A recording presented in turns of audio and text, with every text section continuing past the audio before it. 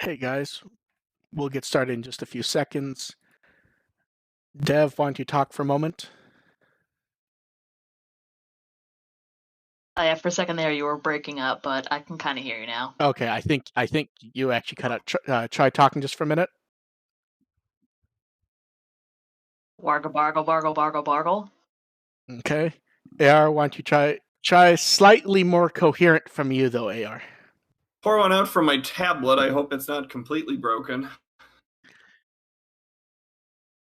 Poor tablet. Rest in pieces. Yeah, you guys ready to go? Yep. It might be in pieces by the end of the night. Well, that is what the wall is for, isn't it? Yeah, it's leaning in that direction. Okay.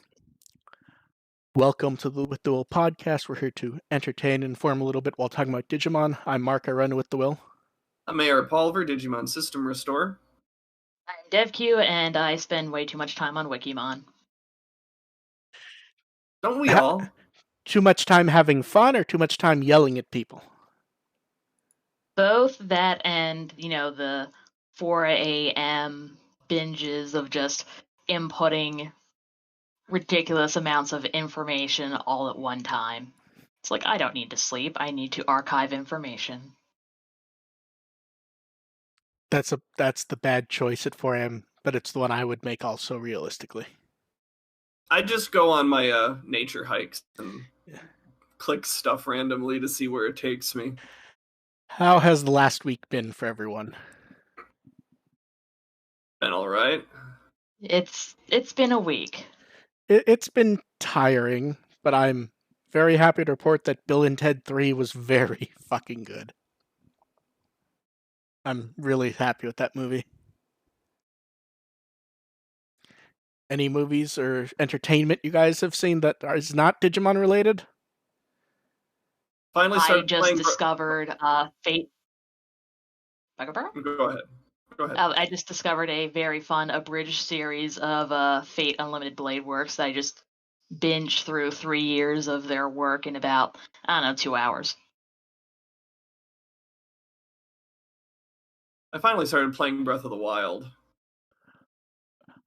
Join us. Really. Yeah, that's all I need to say. Yeah, I remember I got the game on the Friday it came out. Monday I had the true ending. Which was probably too much for one weekend, but still. It is one of those games, though. Yes. I'm that kind of player where I just hey, go this direction to continue the quest. I'm like, no, screw you. And then I just jump off a cliff in the opposite direction and they get chased around by giant skeleton creatures.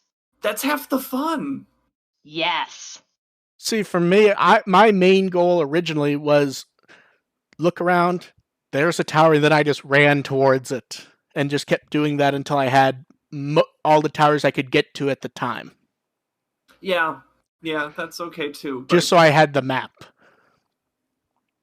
Yeah. Because that's what I wanted. I wanted to have the map available to me. I'm always scared if I'm in a section without the map. The map is comforting. The map is my security blanket. Yes, it is. To be fair, I play Breath of the Wild like I go on hikes, just end up in a different county entirely. It's like, how the hell did I get here? That's what the map is for. Exactly. Let's go ahead and get into episode 13 of Digimon Adventure, Garudamon of the Crimson Wings. I know AR and me are mostly agreed on this, that this is not the best episode. Yeah, this one's just sort of... It exists. It makes you realize why Digimon doesn't usually have 4 episodes of evolutions in a row. It feels like, if you think back on the series, that it does, like they always have these runs where everyone has to get to the next level. But I checked, and no, this is only...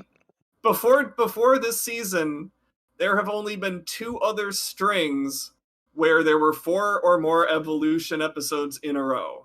That's Adventure and Frontier. It does give a better appreciation for prior episodes, though, even when we didn't completely love those, I think. Because the episode, it was just kind of the episode. It had nice moments, but this episode was just kind of bland, to be honest. See, like, yeah, it's just basically just, hey, save these people that are in danger. Evolution, we're done. And hey, look, it's Ikuto. Yeah, I don't know if that's the case though. I think that if this episode had been before, like, Mimi's episode, I might have liked it a little better, and Mimi's might have been more exhausting. I'm glad they didn't. Which I'm glad they didn't do, because Mimi's was, really pretty and gorgeous, but it ultimately was the same thing.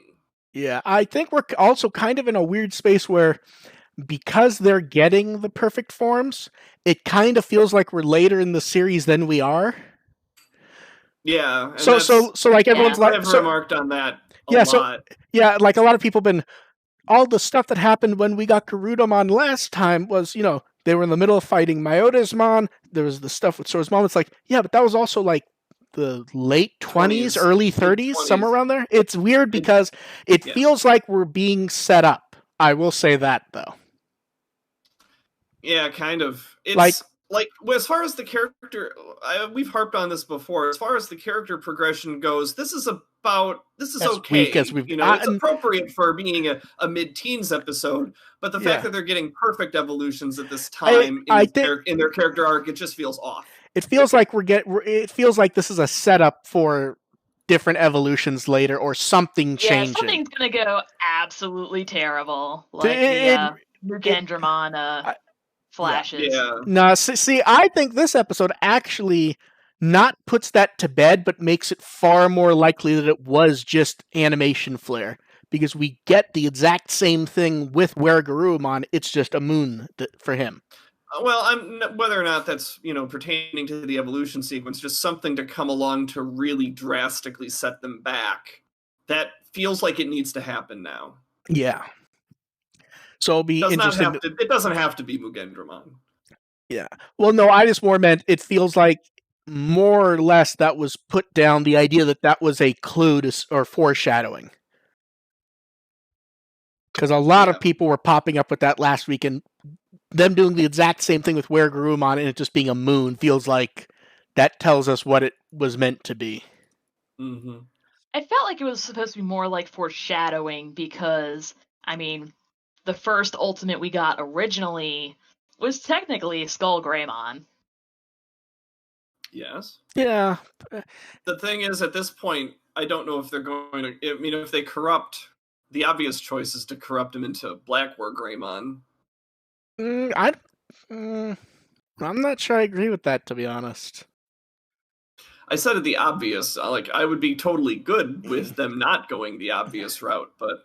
So how do we feel about the giant Canon Betamon? It feels like people are debating how much, if they like that or not, an awful lot. And I'd like the giant Digimon as base. Yeah, no, that's fine. Whether or not it's classically traditional for Canon Beamon's past designs, whatever those were. Don't worry. It's like giant airship. I can't. Oh, that was that was good. Airship. Yeah, that's just absolutely badass.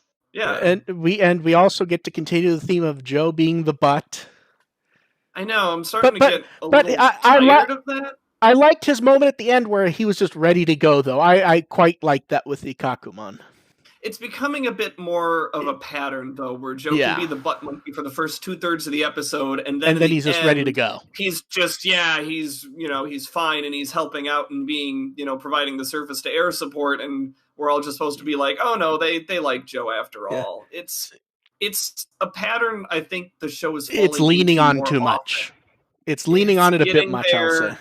The next time we see this team featured will presumably be Joe's moment. Yes. I hope they don't do the same thing. But I think they're going to be honest. It feels like that's the setup, doesn't it? Yeah. See, the problem I have with that is that Joe actually has reactions that make him feel like he's actually a human child. Yes. Whereas Sora and Yamato are just sort of, there's laser fire going all over the place. We're just going to stand here. Man, I will say, I will say this: the lasers this week were a bit much with the stormtrooper effect. We're like, it was a bit much this week. Where, especially when it's Garudamon and them standing around in the base, and there's just tons of lasers going everywhere, and he's not moving at all. Yeah, one of the downsides might have been a reference actually, because they did throw Joe into the trash. The thing is even if it is a reference, it doesn't excuse the flaw of it happening. Yeah. And the idea, it's kind of, it is cool and all that Sora and Yamato and everybody is riding in with their Digimon and getting in the heat of things, but they're also not really reacting to the danger as much as they should be, which is, I feel like that should really bite them in the butt later on, but the show is probably not going to do that, and that sort of bothers me a little bit. Well, it'll be interesting to see if it does, because they sort of did do the same thing in Adventure, and then they actually did touch on it. Like how? Well, originally, remember, part of Taichi acting the way he was he sort of acted immortal, and then he sort of got the kick that, oh, if I die here, I'm dead. Yeah, I don't... Yeah, like with the I don't know if, is the show episode. The question is the show going to have that conversation? That's what I'd love to see. I'd love to see them examine that a little bit more.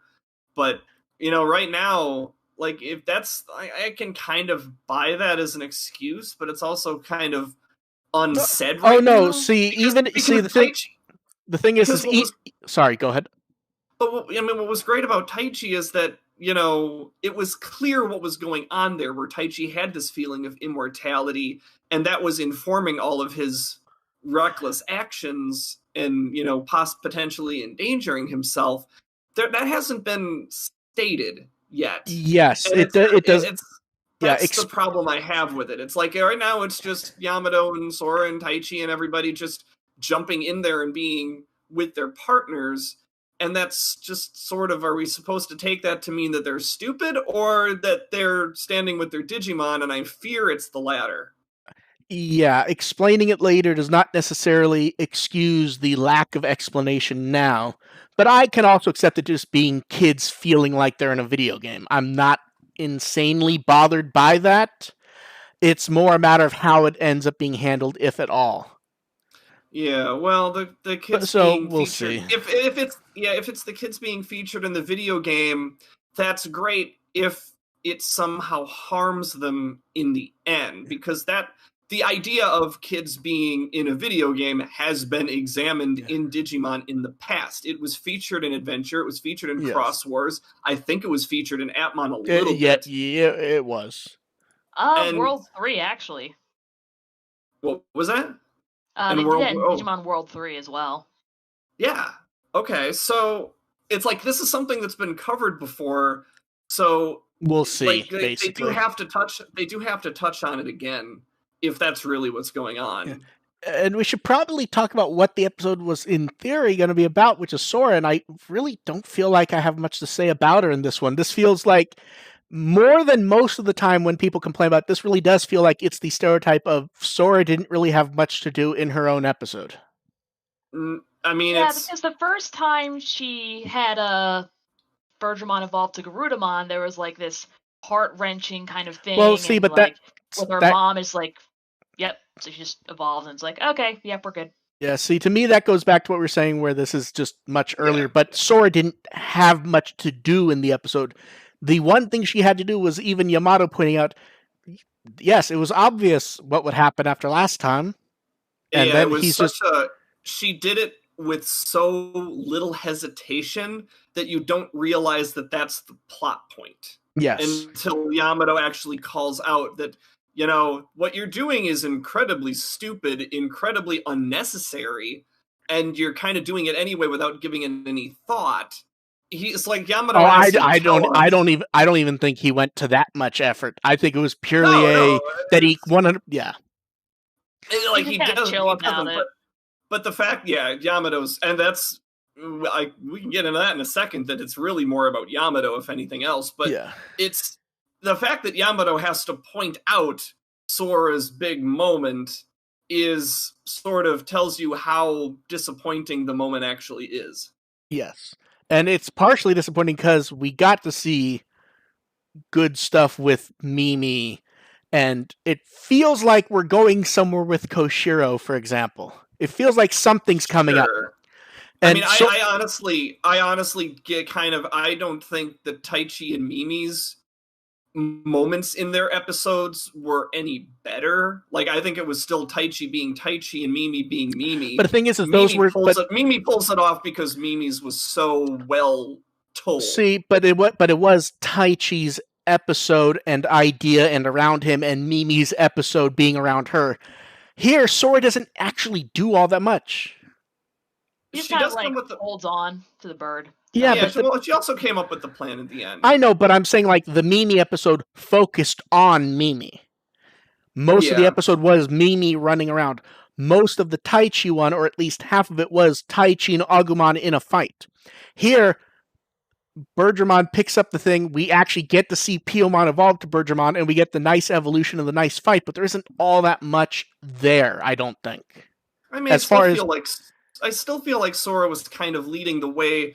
First off, in the beginning, simply because it was an aerial fight and Birdramon was in the center of it, and Gabumon could only do so much in that. It just felt weak. During the rescue was very much a team effort. In the end, it was very much Yamato following Sora's lead. So I kind of give that a pass. I still would consider this a Sora episode. It was. I just felt like it was very weak for... Yeah, it just didn't show us anything interesting with Sora. Yeah. I liked the Garudamon sequence. That was rather not like, it was almost like it almost felt like a jet sort of happening. Yeah, no, the sequence was good, and Sora kind of going along with it and riding. It was nice, yeah. Riding her. That was she done get from very the leg well. to the shoulder. I will say this, as much as I liked the Where Garurumon sequence 2 weeks ago, the actual stock footage I thought was even better. Oh, give me a Where Garurumon figure that's stupidly expensive. See, don't say that, because that's one of those that feels like it has to come soon, because I think that's actually all that's left for his line, in fact, for the gem figures. Because we got... The original one was Yamato and Gabumon. They did Yamato, he was leaning back and sleeping on Garurumon. They did Metal Garurumon, we got Omegamon. Where Garurumon actually is all that's left for that line. And they just did Metal Greymon.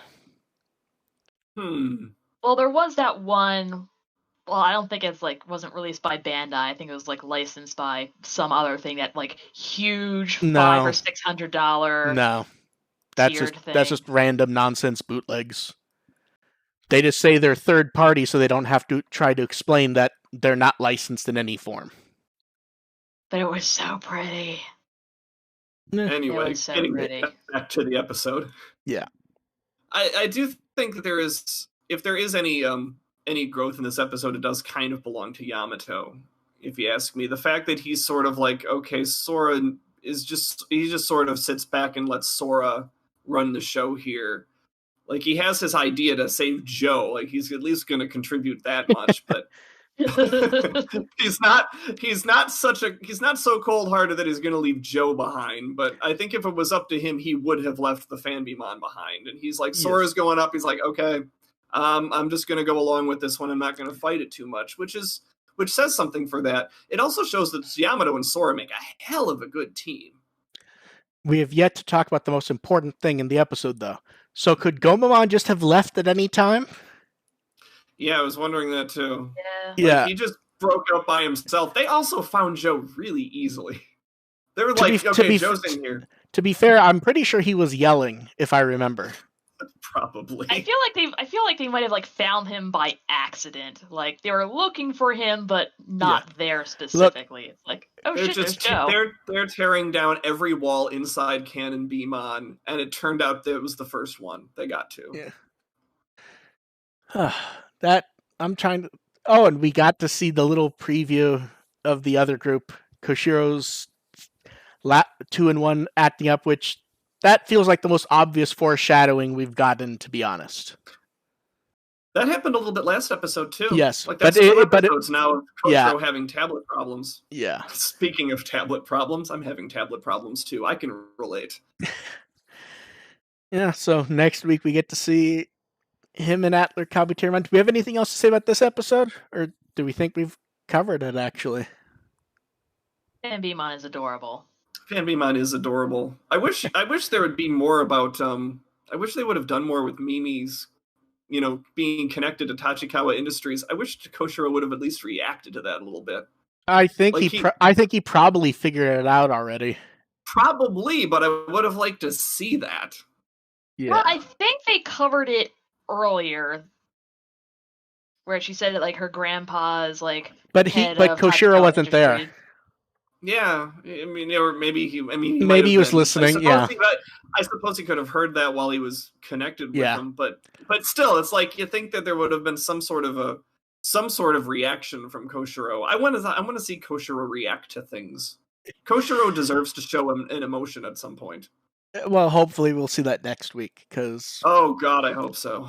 Because next week's episode 14, the Kings of the Insects clash, and I just hope it's better than this episode. This one just was flat for me.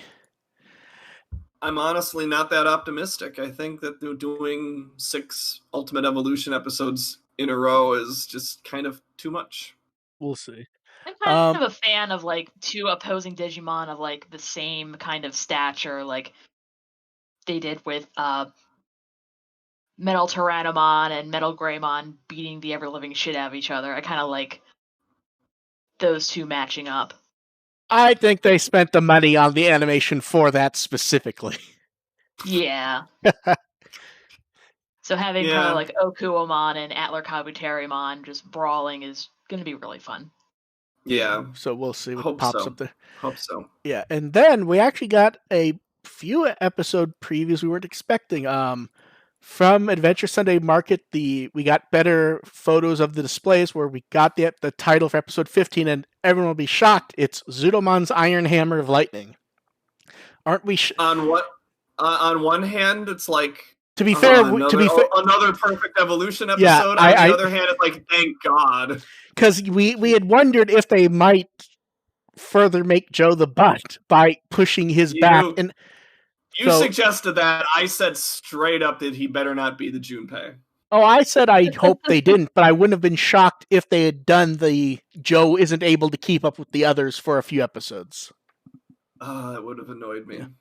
And then, from an actor putting up a script from an episode that had just been recorded, we know episode 19 is Roar, Fist of the Beast King. Okay. The thing is, is that Leomon's debut, or is that when he dies?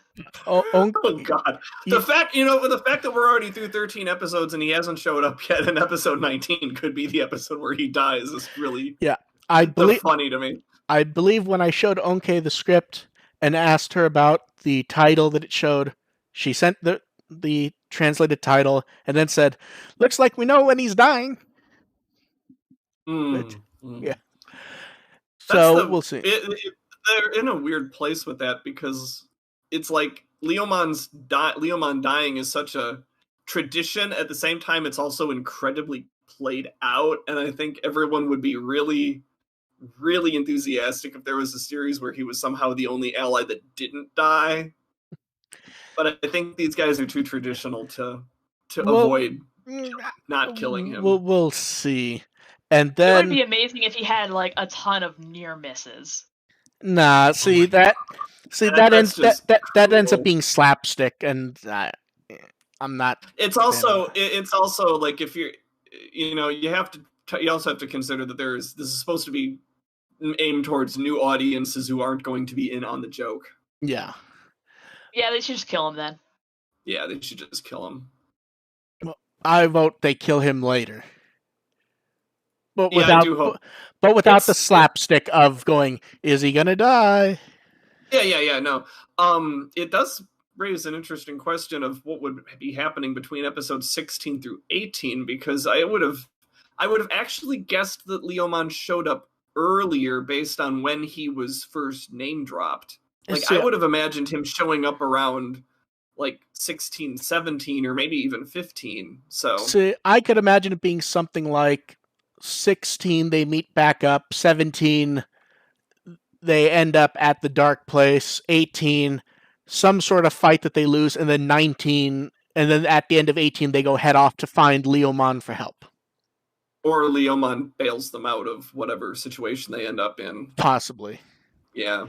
Leomon gives a dramatic sacrifice to save them. Oh my god, Leomon dies in the same episode he shows up in. That's X Evolution level cruel. Yeah. And then for those technically Cross Wars, you had a Leomon started off dead. He started off dead. Yeah.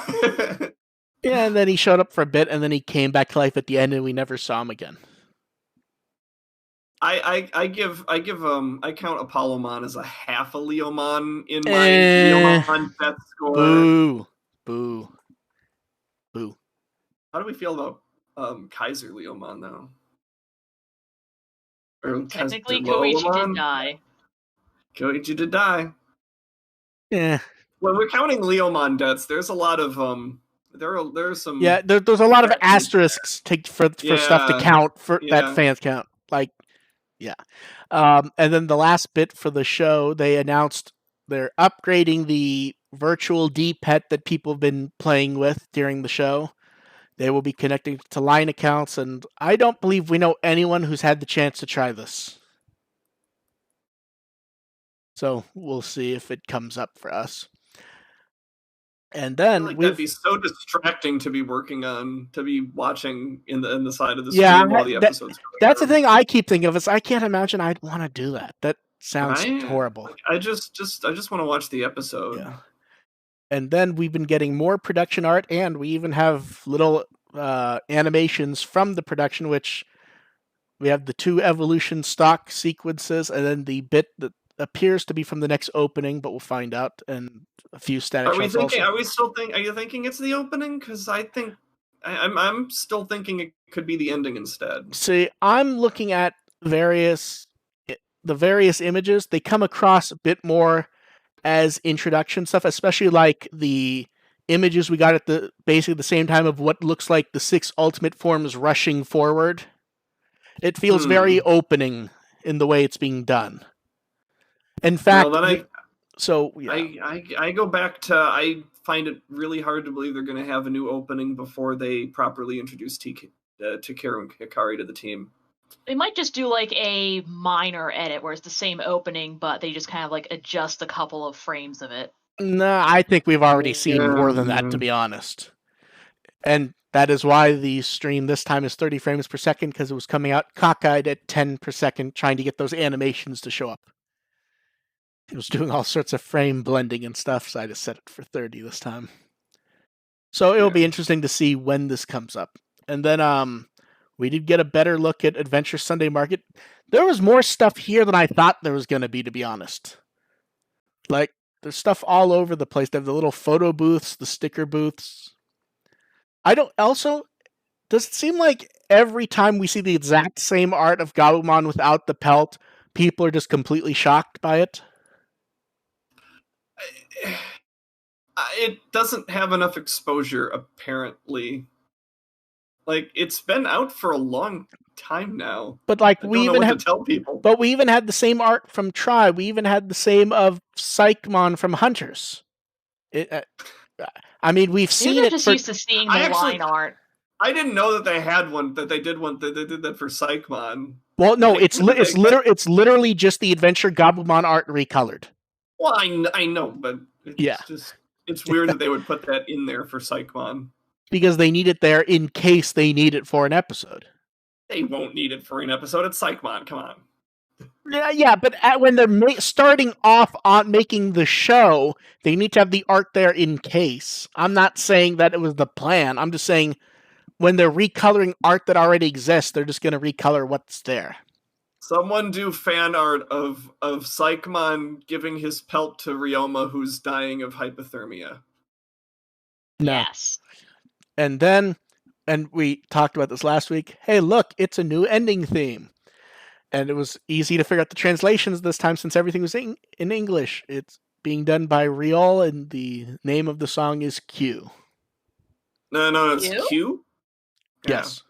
You have to intone that right. No, I'm just saying Q. Here's the thing.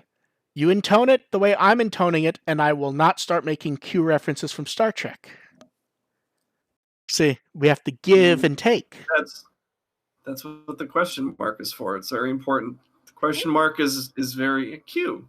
Q? Q sounds who? like sounds like a Pokemon. Yeah. I will say people familiar with her music were very excited by this. I listened to a few songs people recommended and sounded good. Different, but it'll be interesting to see. You sent me one. It's very different, but it's also very 2020, and I'm good with that. Like, let's mix this up a bit. Yeah, so we'll see. And of course, here's the thing: we'll have the answer for the animation thing next week. Well, at this point, this week, but I'll put my hat in for this is all part of this new ending theme. I'll go out on a limb there. Now, what if the trick is that it actually shows up in the opening the same week with the same song? Oh God. I would hope not, but we'll see. Also, I will say this: those shoes really bother me. It looks like they're little packing inflatable. Yeah, anytime I see I could walk on air pillows, sure. Anytime I see that, I get bothered. They're moon shoes. They get incredible height. Great for basketball. And I did scans of unidentified airship after it came in, and the art still bothers me. It doesn't bother me. It's just bland. No, well, that's what I mean. I will say this. Page or the the front's kind of boring, but like I kind of like how the inside is laid out, the way. It's very nice. Layer pages. I will say this: I like the mega jacket. I wish the art was more interesting for having gone to the effort, where it's just a giant version of the CD. Yes. Mm-hmm. With the white airbrush framing, yeah. But and he did have a streaming event. It turns out it was not a concert. That was a slight mistake. There was some music, but it was more a fan type event that they were just doing streaming. And I know he sang the song from the theme to Geki Ranger. I don't know if he sang any of the Digimon songs, but sort of marketing for his upcoming concert. And career longs on multiple streaming services outside Japan, so you might want to look because you may have the theme already. So we'll see what pops up, because it was on YouTube Music, Apple Music, Spotify. There were more services I need to check, but the TV size versions also shown up on a few services outside of Japan. So it's worth a look, especially if you want the music. And Cross Wars songs, which always nice to bring those up. Yay, Cross Wars songs. And then I love Cross Wars. Don't we all love the results of a poll that we all saw coming? We saw number 1 coming. Okay, Doraemon at number 2 is not a surprise. With the way the polls have gone, that's not really a surprise, to be honest. I figured it'd be a little closer to 5-ish, but Doraemon was higher than I expected. I mean, Patamon and Vmon are no surprise. Yeah, but Patamon and Vmon. Doraemon beating Patamon and Vmon, that does surprise me. See, it doesn't surprise me because I expect most people voted for Agumon anyways.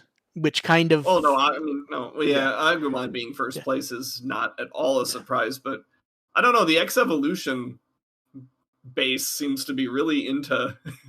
because they think they're getting something out of it when, at best, they got a really bad stream of the movie. And if that's what they want, all right. So number 5 was Gilmon. Number 6 was a tie. Garudamon and Terriermon's the one I would have expected higher up, to be honest. Yeah, same. Although it's so popular. Although it is worth mentioning that, technically speaking, this was not a poll to vote for your favorite Digimon. It's who you'd want to go on an adventure with. So slightly different, but... And then 7 was Lopmon. Okay. 8 was Lopmon. Sorry, yeah, I jumped because of the numbers. 9 was Itmon. 10 was Gomon. I'm very pleased Gomamon ranked so highly. I would not have been shocked if he had not placed. And I feel like the top 10 were so kind of expected that they kept going and they gave us 20. So 11 was Betamon. That one surprises me. It does. Betamon, like, It surprises me to a point, but Betamon's also probably one of the better known non-popular ones. So that people would vote for him is not actually that shocking to me. I'm just interested that he got that high. Dracomon's 12. That's cool. Yeah. Hackmon's 13. Lucimon's 14. That one feels weird. That one is very weird. At the same time, this is who you, like you said, this is who you want to go on an adventure with. You'll probably not who your partner's going to be. You will probably be okay with Lucimon by your side. Yeah, Lucimon. If you're with Lucimon on you're your probably own, gonna do okay. It's going to be an adventure. I will guarantee you that. Yeah, and then 15 was Tentomon. At this point, Tentomon feels like he's too low. Yeah, 16's Renamon. I would do Renamon to be a little bit higher. Yeah, same. A little bit. See, I'm not that shocked where she is, to be honest. 17's Lunamon. Lunamon's the one where I am not sure if this feels exactly not that shocking or is a bit shocking. Because she has popped up and stuff a lot lately. I'm just happy Lunamon's on there. 18's Plotmon. Fair. 19's Bearmon, which he has shown up. I mean, he's a partner in Try. He showed up in Digimon World 3. He showed up in the movie. He just showed up in the... Yeah, but I don't feel like that affected it, to be honest. Yeah, he was in the background. It was very much Namon's and moment, then the one still, that... Yeah. And then probably the biggest surprise is Yuki Agumon at 20. I would not expect a recolor on here at all. Yeah. Yeah, that one surprised me. Especially when you could have had Hakase. Yeah, I expected like another one of the partners. Yeah, I did too, to be honest. Yeah, the fact is, where's Piomon and Palmon? Like, that's harsh on them. And next time is roughly the equivalent, but for adults, so we'll see what pops up there. I already forgot who I voted for on that one. Oh, wait, no, Gaugamon. That one's not going to make the list, I guarantee it. And then Kazuna's in the midst of coming on Japan. Technically, it's not out yet, although it's been showing up, not just for people involved with it, but just early shipments. So that's out September 2nd. We've gotten some nice packaging previews. It really does look nice. I mean... and then the director did his little sketch with the discs they send him, which every time we see his little art, I'm so happy. Like, it's a delight. Yes, it's so nice. We got a little preview of the storybook, and then the weird news from yesterday: Australia will be getting a release September 17th, and May is upset because. They can't what?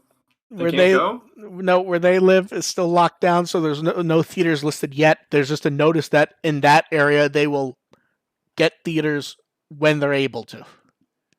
Where is it showing then? What no, I mean in Victoria where May is. No, I know. It's just every other place has theaters listed.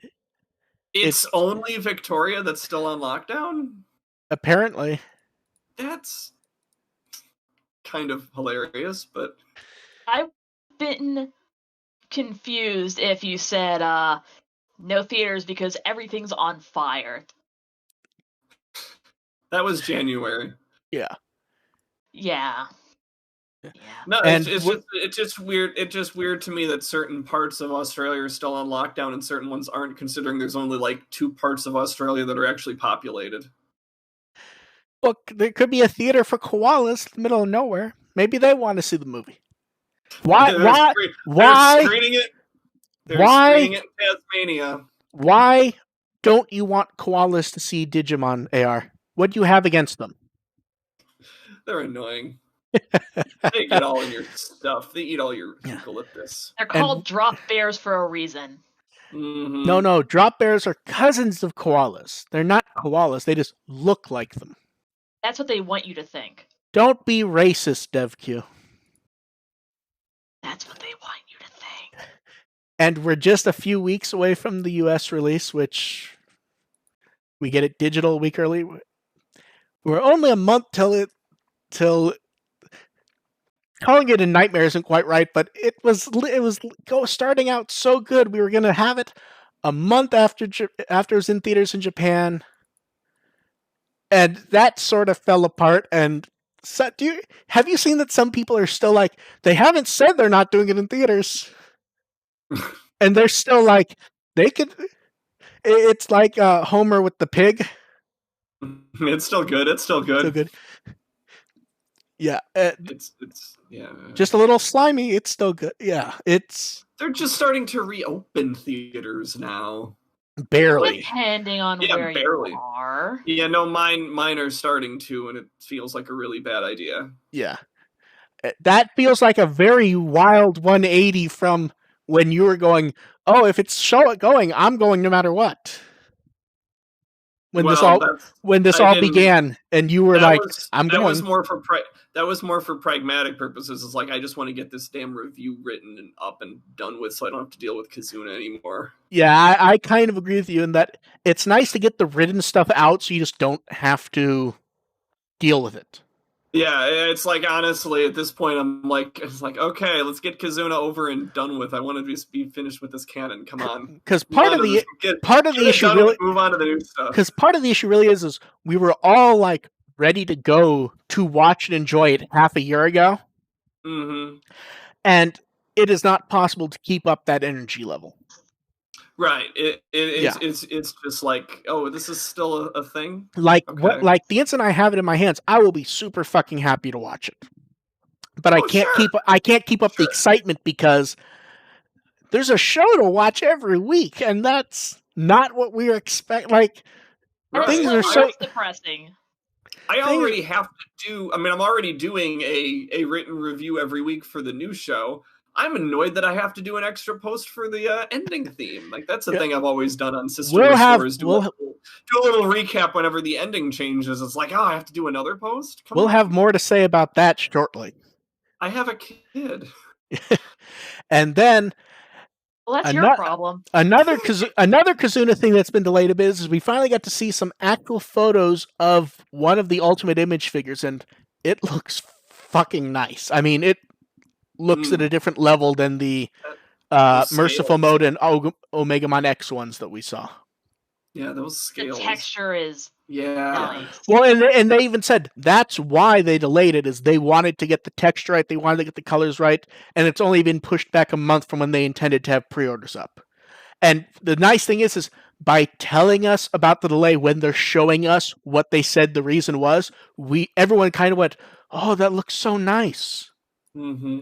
And it makes it easier to swallow the delay because it really looks nice.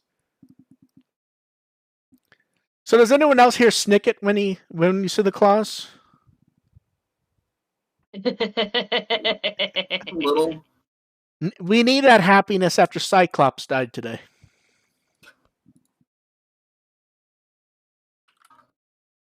Don't know what I mean? No, I get the reference. It's just... Norm Spencer died today. I know. Yeah. Oh shit. Yeah. That's still the voice I hear in my head for Cyclops, to be honest. Same. And he was also the narrator for the cartoon. So the next time on X-Men. And then yet more products. V-Pet's begun to show up early in Australia, which we kind of expected because it's happened before. That glow in the dark looks much nicer than I expected it to in the dark. It really looks good. It's bright. Yeah. Yeah, it is very much a Ghostbusters green is what I would call it. Yes. Oh god, now I want some Ecto Cooler. Slimer green. Well, with the movie delayed, it feels like we'll get Ecto Cooler when it comes out. Why can't they just keep it around? To be fair, they did try for years to the point that near the end of the original run of it, Slimer wasn't on the packaging anymore. And then this is the first time in a while we've had very little card game news. There's been a few episodes of Fun Digica. They've continued with the viewer suggestion battles because people have really liked them. And the decks continue to... It feels like the decks are getting wilder as they do this more and more. See why? Because they're getting like more used to the mechanics, so they, can feel free to do more adventurous mechanics with them. And then we have the big surprise from last week. The Miku figure is still happening, and it's up to pre-order right now. And it actually looks better than I expected, to be honest. I forgot this existed. Well, we kind of wondered if maybe it was something that was getting screwed up by the delays from COVID and everything. And putting it up to pre-order basically right as the CD is about to come out actually makes perfect sense. And it really looks nice, and I've already pre-ordered it. Sure, I just meant that the idea of this Digimon Vocaloid crossover just seemed like kind of a fever dream now. Well, that's the weird thing is we found out about it with just the poster art February of last year, and then we heard nothing until around late August, I believe. A year ago is when we found out about the figure. Was it that long? Yeah, I checked. It was literally like the figure went up for pre-order for us last Thursday, which was August 27th, and I believe we found out about the figure on August 29th of last year with artwork. I mean, I will say this, the figure looks really fucking nice. I mean... No, it's great, yeah. It looks far better than I expected it to be honest. It's absolutely fucking adorable, and I'm wondering if this does really well. I feel like no. I feel like no. Yeah, I know what I would like it to, but it feels like this was the time for it if they were going to announce anything. You're not going beyond Miku. Ah, damn. Yeah, my general view is if they were going to, we would have gotten the little silhouette thing that they love to do. If they were going to tease that, I think it's this and that's it. Yeah, I would love like a whole set of them. I'm sure someone will mod them. But mine's so much time and effort and suffering. So, Dev, have you pre-ordered this yet? Yes. To be fair, it was nice how quickly we found out it was not going to be a premium exclusive, though, where it was just up to pre-order it everywhere. A friend of mine collects Gundams obsessively and has a buddy who picks up pre-orders and stuff from Premium Bandai and sends it out through some very cheap post. So yeah, I just pre-ordered from CD Japan, if I remember, because it went up everywhere. I didn't realize it was the CD Japan. To be fair, we didn't know that for a couple hours, and then it just appeared everywhere. I got it when it first dropped on a Premium Bandai. It's like, get me a thing. Yeah, see, I try to hold up. Like, for example, I want to get the second wave of Shoto figures, but it's like the first wave showed up at Premium Bandai USA, so I'm gonna wait as long as I can before grabbing the Japanese one, because last time I pre-ordered the Japanese one immediately, and then like 2 days later it was up at USA. So, do we have anything else to say about the Miku figure? That is a nice figure, though, and the price isn't bad. I mean, it's about par the course for like the more detailed Nendoroids. Yeah. And then we get the Wave-O product. So, first up, we get better images of the towels, which we talked about last time, but much easier to see now, I think. Yeah. Yeah. So, not much to say there because we've seen them before, but especially the ink artwork is much easier to see this time. Yes. New keychains at Fuji TV, which I'm not really feeling these, to be honest. These are where it actually does feel like cheap crap. Yeah. These are it's such standard art that it's like, okay. And they're also really tiny looking, so. Mm-hmm. And then that's not a bad thing if you're actually using them as keychains. Yes.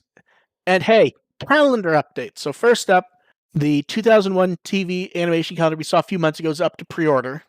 And Digimon Adventure is getting its own calendar in Japan, which I think it's based on the page count. It's 2 months a page with a last page for a bit of 2022. Oh, that's cool. Because it says it's 7 pages.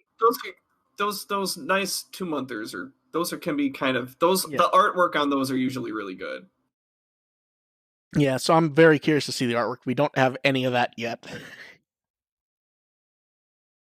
So it'll be interesting to see what...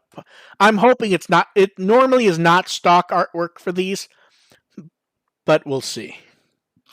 Yeah, if it's 2 months per page, usually the artwork is really good. If it's 1 month per page, I'd be a little more leery of it.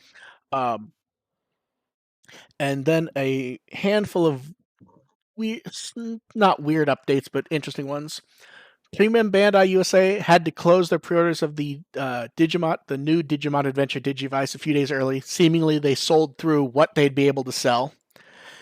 In the opposite, the version complete, they extended because it appears they'll be able to get more, so they're keeping pre-orders open.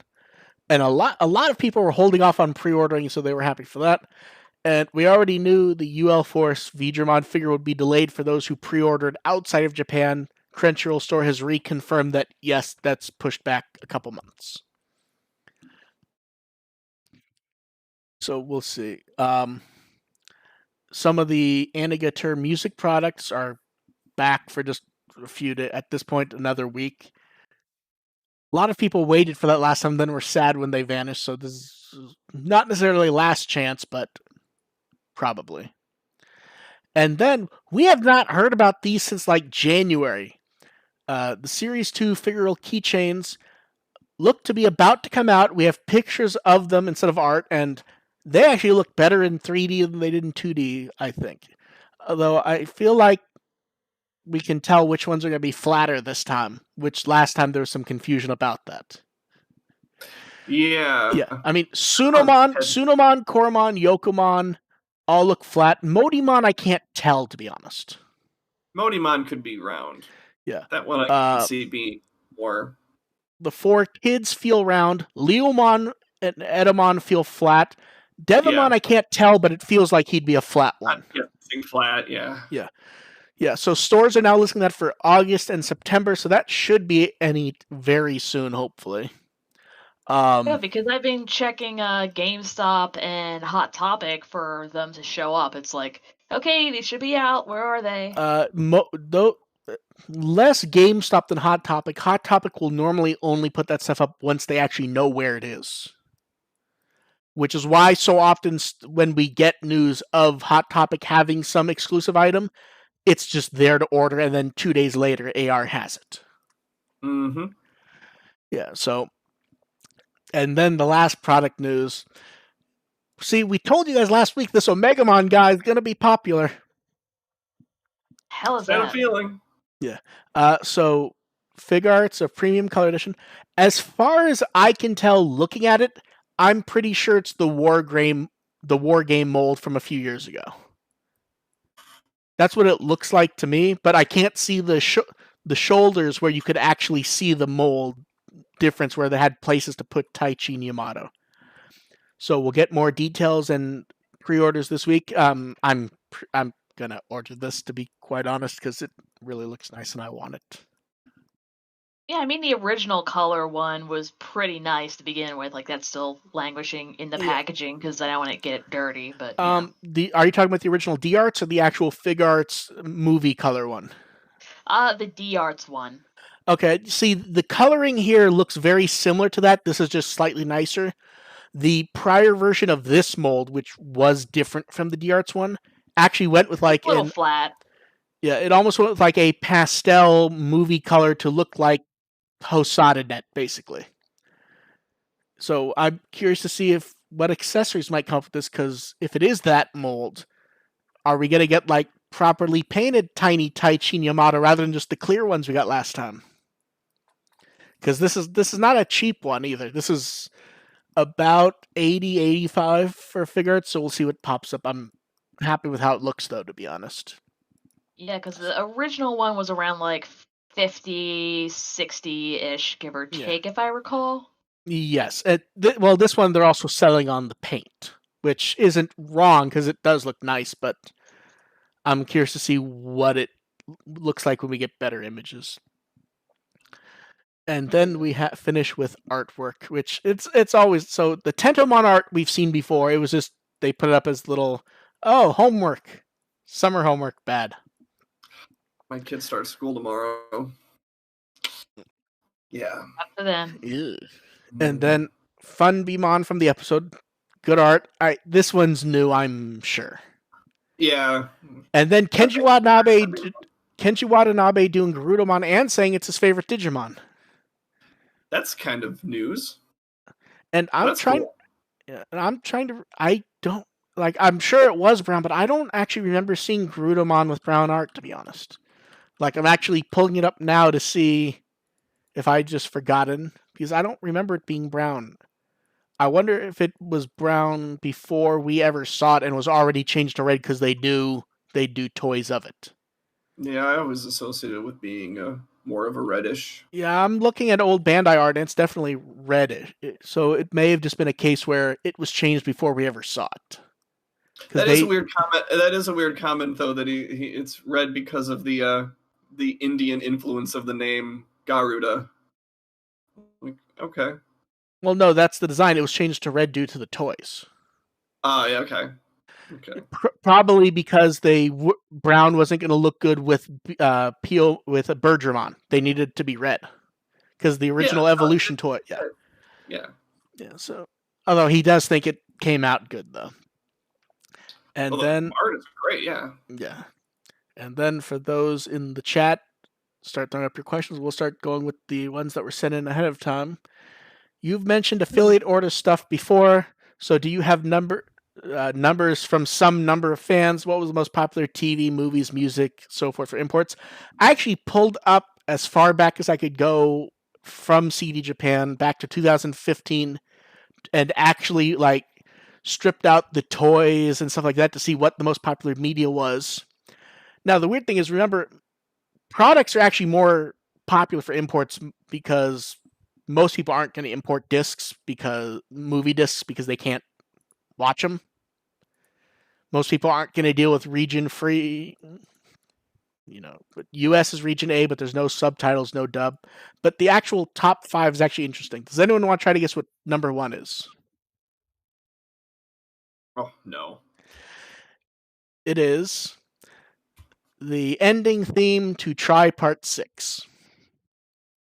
The limited edition version. Yeah, the Everyone Sings Butterfly. As far as music goes, or across everything?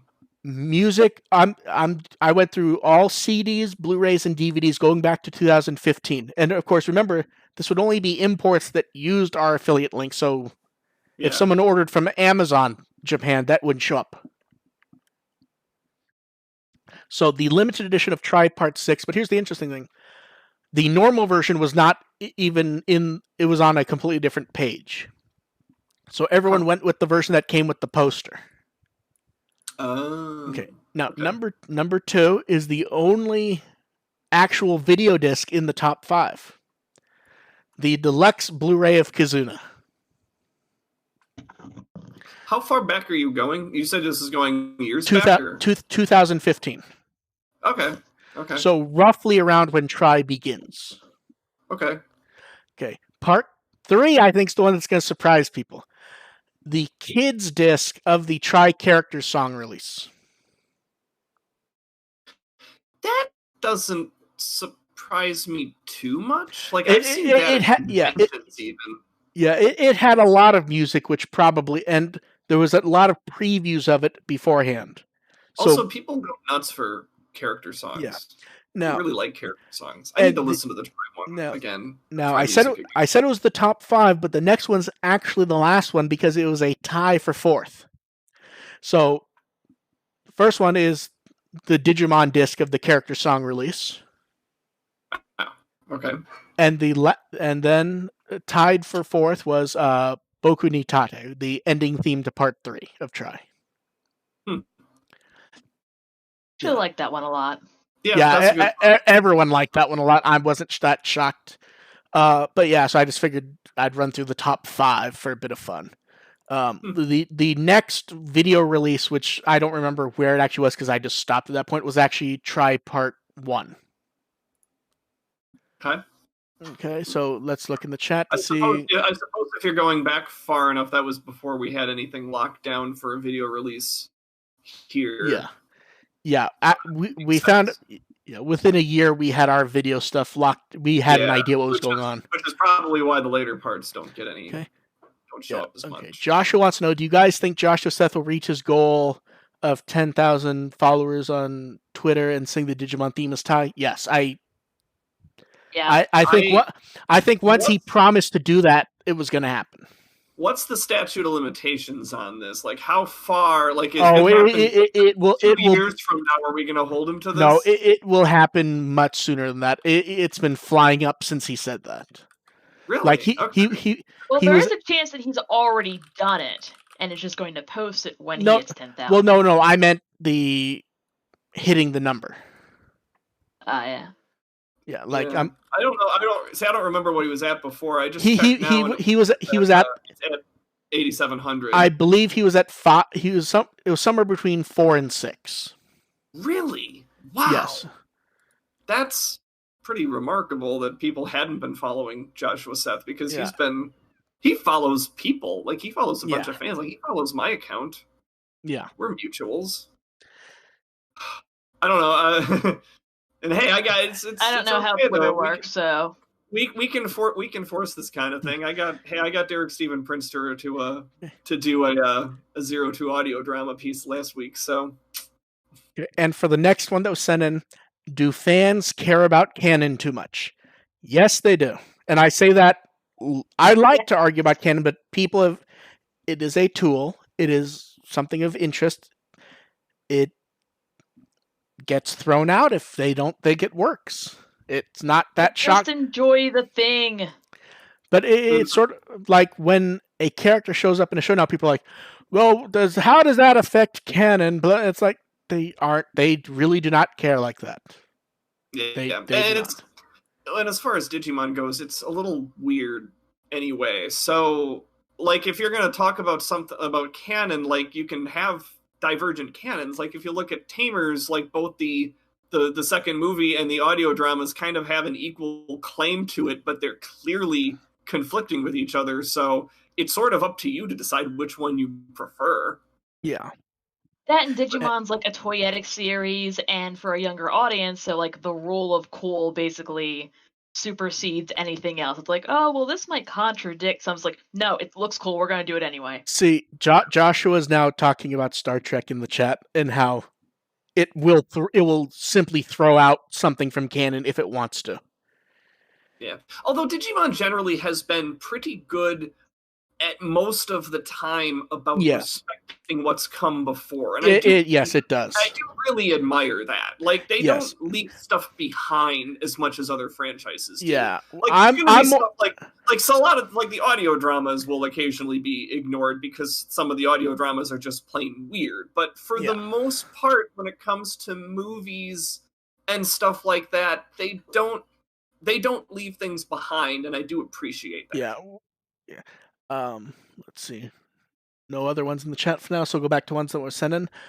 Someone wants to know, what do you watch on YouTube? I don't watch a whole lot of people on YouTube. Like, I'll watch, like, I love Epic Rap Battles of History, and I do watch I think Honest Trailers is usually pretty good, but generally I don't, have a whole bunch of subscribed channels. I'll occasionally pick something to put on in the background to watch while I'm at work. For me, it's generally random tech videos or random game videos, retro game videos, to be honest. Oh, you went retro games. One thing I've been hooked on in the last week is watching old episodes of the game show Where in the World is Carmen Sandiego. I've been in a really weird nostalgia kick on. I grew up watching that every day. I don't need to watch it again. Not that I don't like it. I just haven't been nostalgic to rewatch that, to be honest. I wanted to be on the show so badly when I was a kid. Well, there was a reunion special that someone on YouTube did where they brought Greg Lee, and they actually brought Greg Lee and Rockapella back to interview him and see what they're up to now. But it kind of got me on this kick. But it's actually kind of interesting to go back and see. Like, it's just watch a couple random episodes just because you kind of feel the incredibly low budget that they're working with and how they just play off of it and make it work. It's a really cool vibe. Also for someone who watches Jeopardy a lot, I gotta say the fact that there's pulling random New York kids, there's a ton of racial diversity among the contestants. And you watch Jeopardy and I really appreciate that as a as a contrast. Dev, what do you watch on YouTube? Oh, there's a lot. Depending on what the mood I'm in, like if I'm just kind of like chilling, I usually watch like Japanese documentaries. Like there's like the Trails to Tsukiji where they're going through like different ingredients you can find. Japanology. There's also a various amount of abridged series and car detailing videos. And Ramon wants to know, do you think the voice actors for the Digides and Digimon will sing character theme songs after the series is over? After it's over? No. As the show's going on, could there be a character disc? Or have it be released right at the end? That's possible, but... Yeah, I can I hear a dog. I can definitely see it. Yeah, you mean it's going a little psycho. Yeah, I can definitely see a character album happening during the show. Because when you go back and look at it, across all of the series, Crosswars is the only series that... Crosswars is the only series that never did character songs. Yeah, Crosswars had a lot of music releases as it went, though.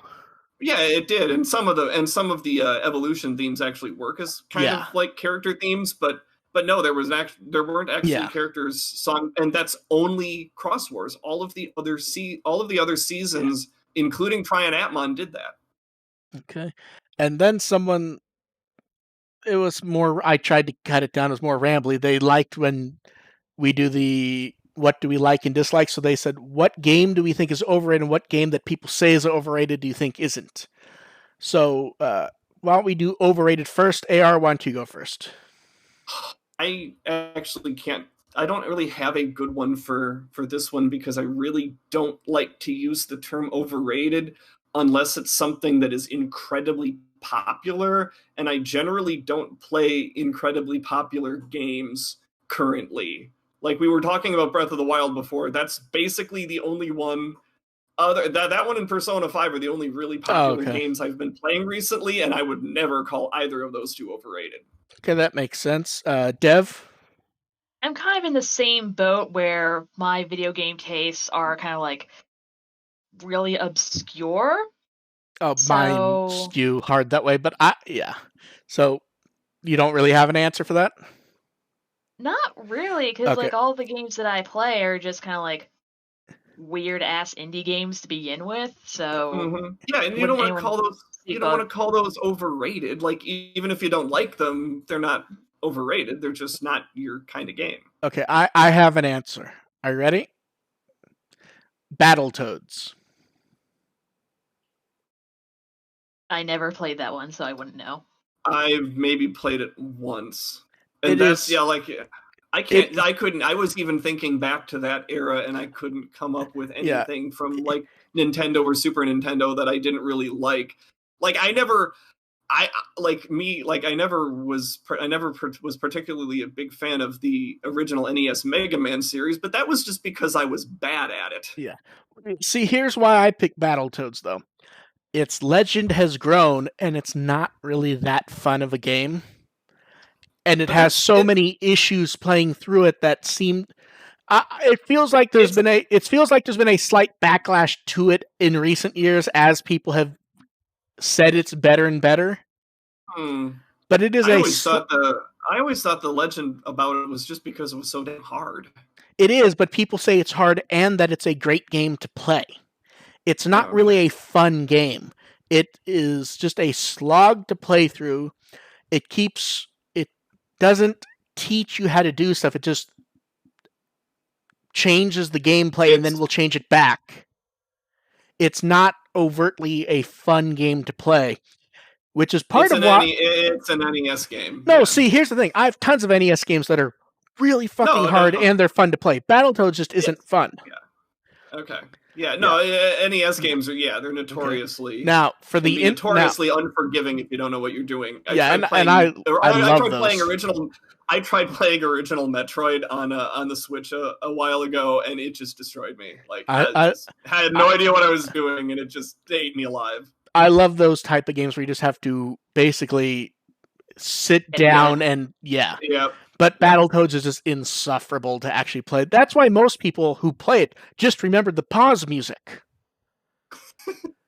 Because that is the best part. Because, and here's the thing, most people who play it never get past level 2 or 3 in the first place. So they pause it to go get a drink, and literally all they actually remember is that the pause music's great.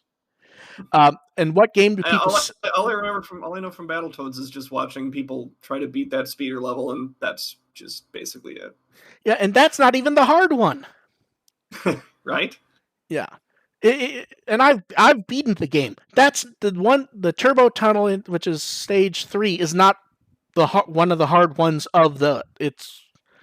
There's 3 or so other similar types of levels that are much harder in general.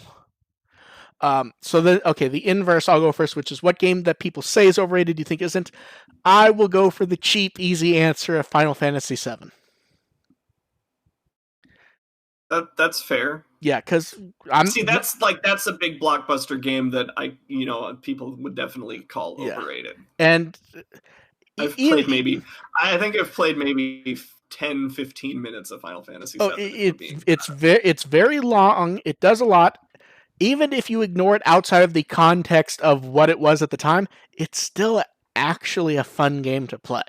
Yeah, I might, when the remaster comes down in price, I was thinking of checking it out. Yeah, I played through that. I do feel like I need to give that a fair shot. Yeah. It was a fun game to play. Yeah, the remake's interesting because it's just an entirely different game, and it's still fun to play. Okay, so Dev, your turn. The answer's about the same as the last time because of my weird Okay, AR, your turn then. Oh, for a game people say is overrated that I think you don't think is. Yes. Oh.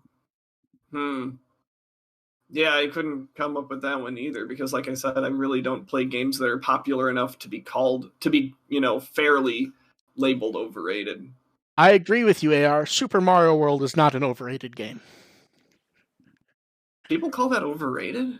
People call every Mario game overrated at some point. That's my answer then. Every Mario game. Yes. I want to play Sunshine right now.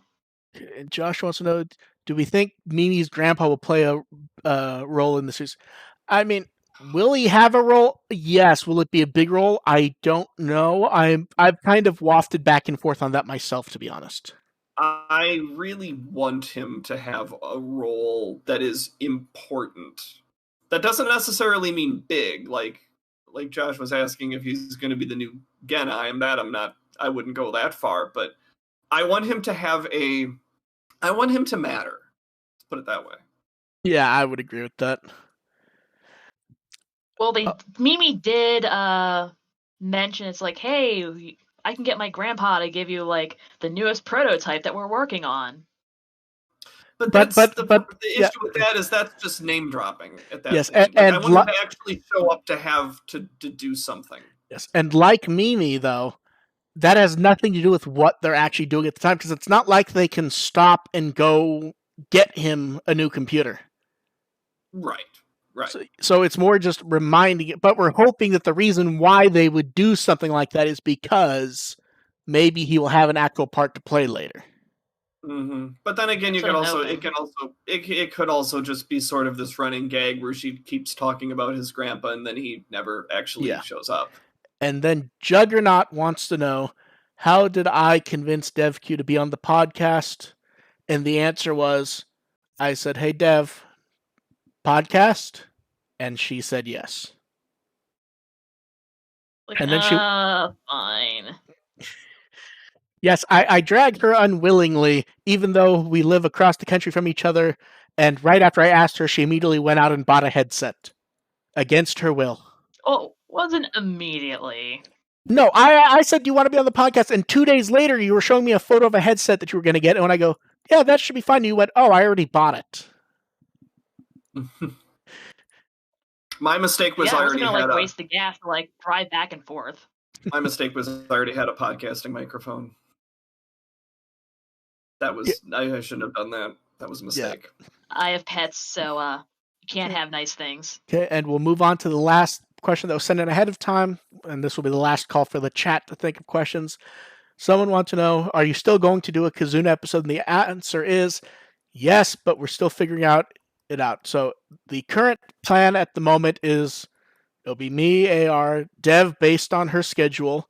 Jeff from Poddigest plans to still show up. We have someone else lined up based on once we know when it's going to be, who's not been on the show before. Not a cast member, anything like that. Just someone people tend to want to hear from. So we'll see if they'll be able to make it or not. So how's this going to go? Are we just going to watch it separately and then talk about it, or are we going to be an MST3K thing going on? No, it's too hard to sync up. But here's the thing: the movie will be out that Tuesday. And here's the thing: it will be out a week earlier digital. We'll all watch it the week it comes out on home video. Probably will be a time where we go back and do a Saturday episode or something like that. Or do it on a Friday or whatever, just off schedule. There won't be any news unless there's actual Kazuna news at the time. And we will just talk about the movie until we don't want to talk about it anymore. And then that will be it. Do you have a planned date for that? Is that going to be the Saturday after the digital release? Is the I would assume after the physical, because I don't know what everyone's getting. So So it's coming out October 6th, which is a Tuesday. I would expect October 10th feels like enough time for everyone to watch it, because I know AR plans to get digital. I probably will.